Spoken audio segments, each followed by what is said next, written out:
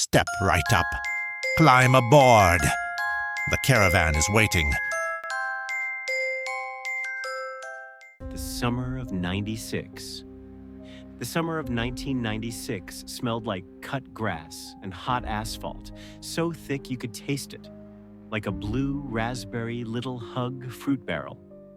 Cicadas buzzed like power lines in the trees. That was the summer my parents finally split for good. No fights, no tears, just boxes and silence. The summer Giuseppe Constantine hit a walk-off double in the Babe Ruth Championship and got carried off the field like he was some damn legend. The summer high schooler Kathy Walters let me touch her boob and gave Frank Skeens a hand job behind the Little Niche Deli. The summer Eric Estes kept stealing warm Coors Light from his old man's broken garage fridge, and we choked it down behind the batting cages, pretending it didn't taste like hot piss. We lived outside that summer, slept late, rode bikes till the tires were bald, and dared each other to jump off the old railroad bridge into Sand Crab Creek below. Every day ended in the woods behind my house, where we built forts out of stolen plywood and swore we'd never grow up. Back then, summer meant freedom. It meant adventure. It meant anything was possible. This was before phones, before social media, back when you found your friends by looking for a pile of bikes on somebody's front lawn. The only curfew was when the sky turned orange, or your mom hollered your name loud enough to echo through the trees, or your pops let out that two-finger whistle, sharp as the freight train that rumbled past Culver Park once a week. And even then, you'd shout back, 5 more minutes, like that was gonna change anything. We thought those days would last forever. Yeah, forever. But forever's a funny thing, isn't it? Forever never is, unless something takes you and makes you part of its own. That was the summer everything changed. The summer we ran too deep into the woods. We were sitting at the fort, smoking crushed-up Newports from Eric's older brother's gym bag, when the dare came down. Bet you won't crawl under the fence, Frankie Kessler said, blowing a lopsided smoke ring. I double dog ding dong dare you, Eric added. Giuseppe leaned back, grinning. Go under, walk to the old overpass, and touch the wall? Unless you are a pussy. I tried to laugh. What? And get executed? I pointed at the faded red spray paint on the Keep Out sign. Executed, it said, right where prosecuted used to be. Someone had even drawn a crude dick next to it.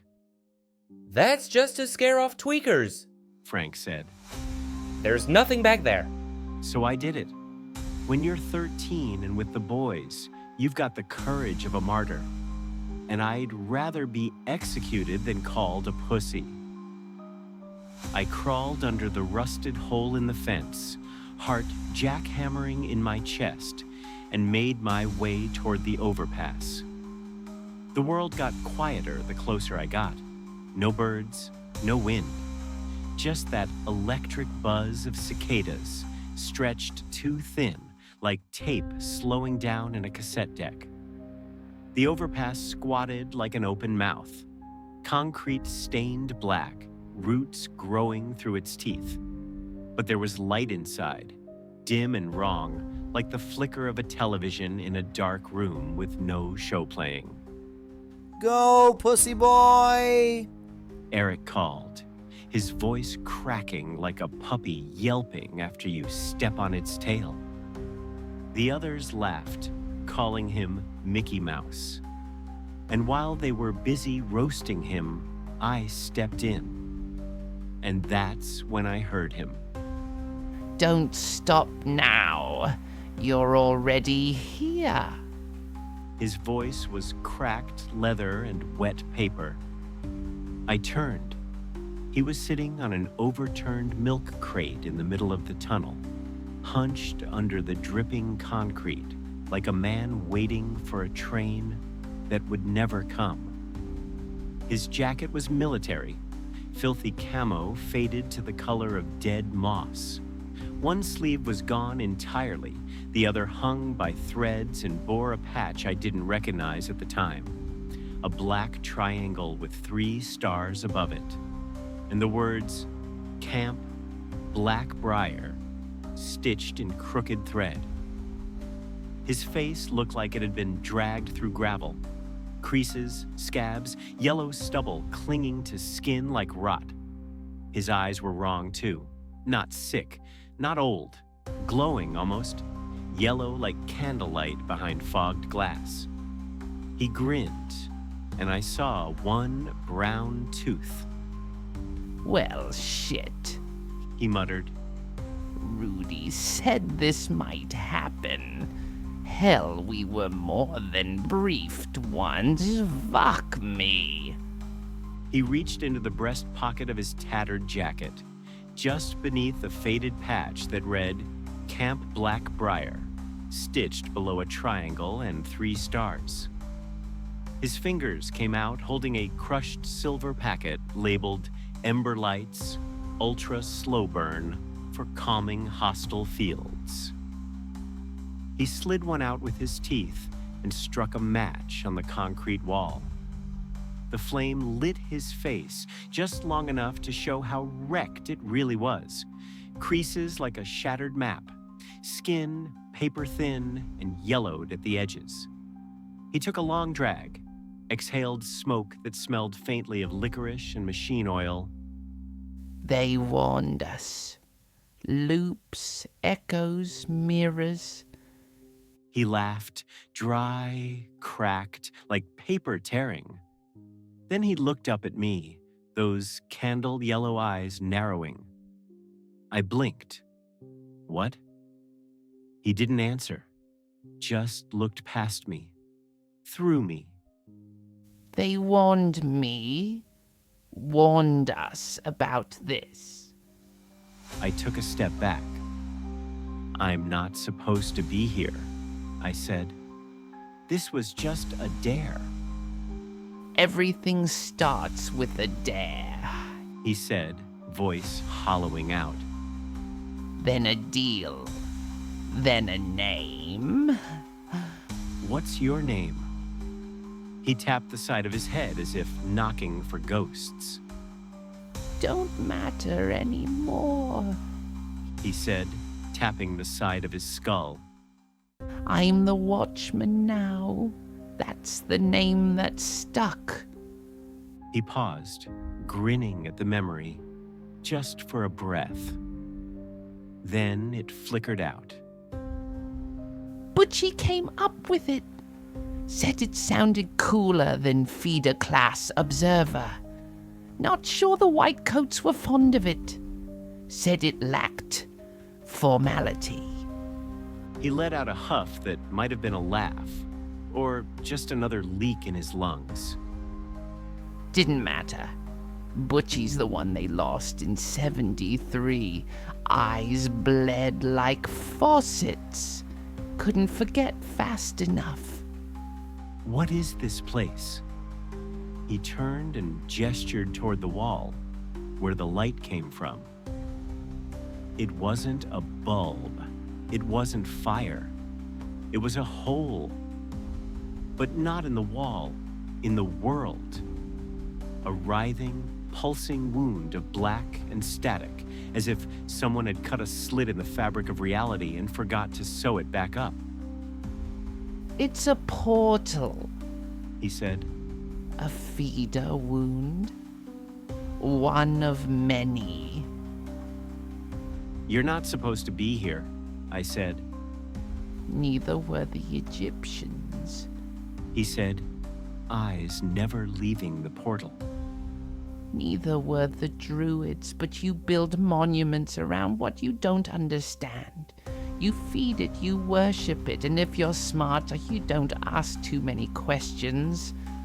He paused. The cigarette crackled. The light from the wall pulsed once, like it heard him. Then he said, not a question, but a statement dressed in one. Do you believe in God? I didn't answer, didn't breathe.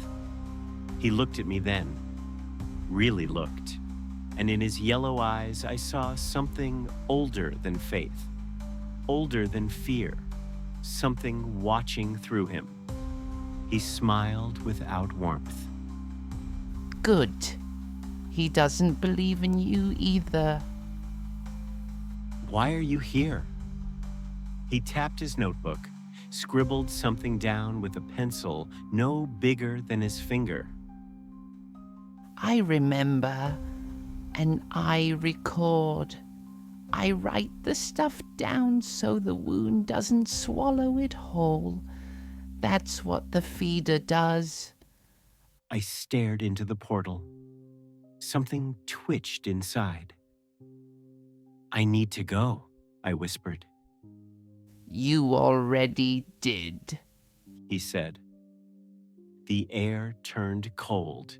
My feet moved on their own, legs shaking as I backed out of the tunnel.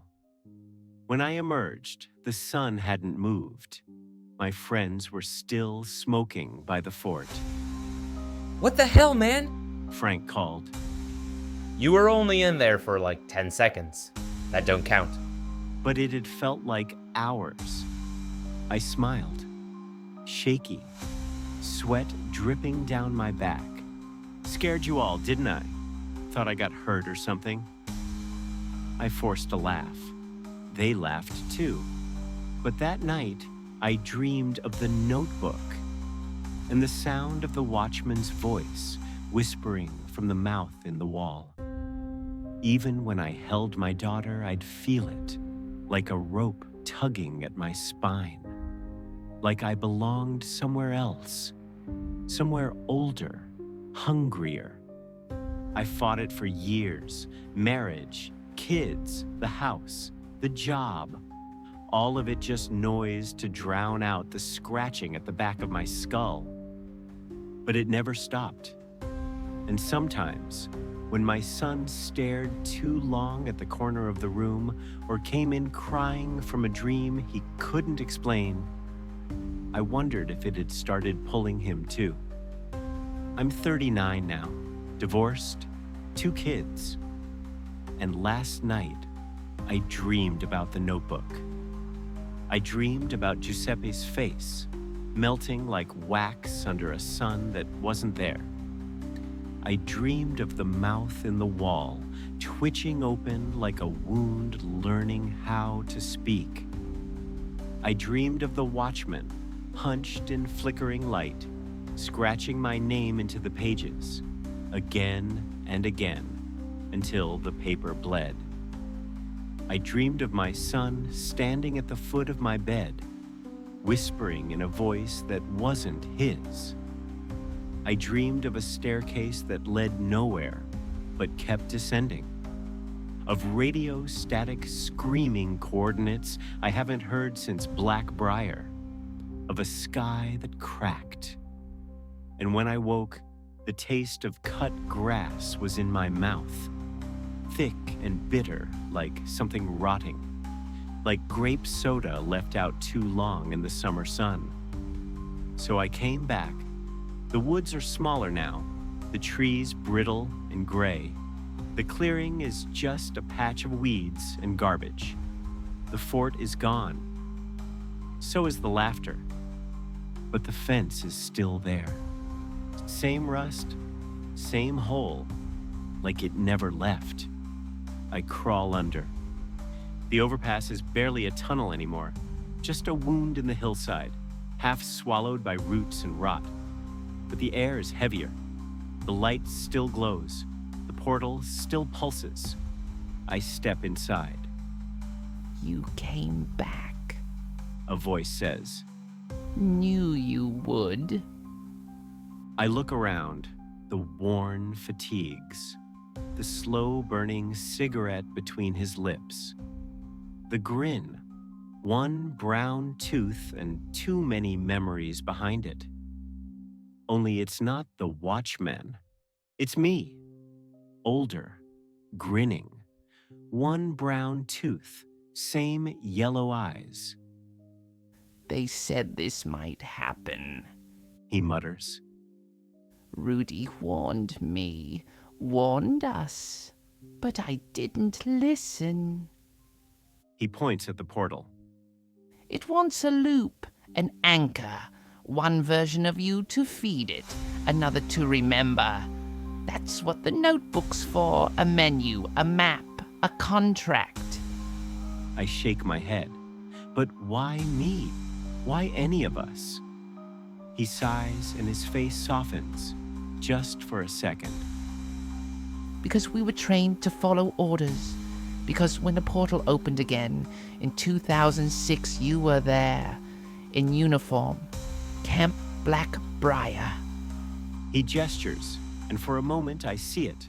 Burning sand, a shimmering airfield swallowed by mirages, and something tearing loose from the ground like a tumor erupting from the earth. You saw it with your own eyes. The Pentagon never explained it. Just shipped the survivors out and sealed the site. You were changed. They knew it. DOLOS tagged your file, marked you for Watchman potential. My throat tightens. I remember the desert, the way shadows bent wrong, the static hum behind my ears, the things I forgot. They sent me back stateside, I whisper. Discharged early, but I never got the full story. Just pills, debriefings.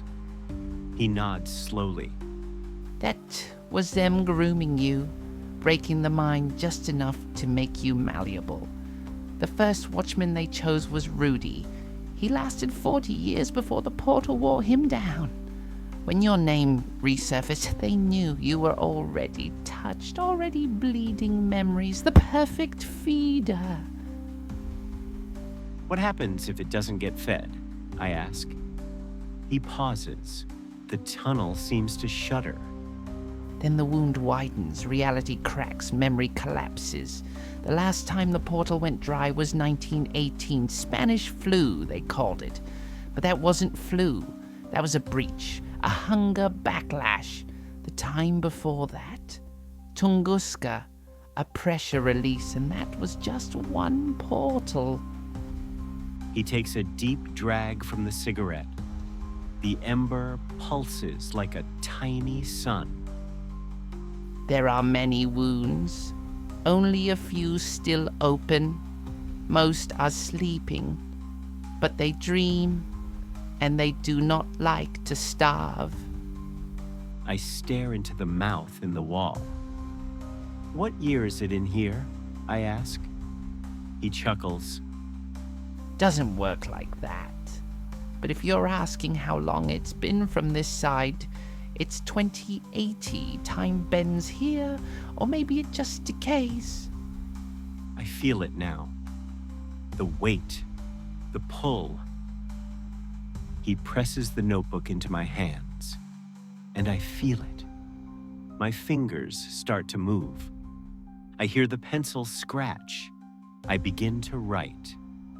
The names, the memories, the smell of cut grass, the taste of warm beer, the sound of a boy yelling 5 more minutes into a darkening sky. And behind me, the portal breathes, black, alive, and hungry. And so I wrote it down. Every laugh, every shadow, every lie we told ourselves before the dark came crawling in. All of it. My memories being fed into the black notebook. The summer of '96.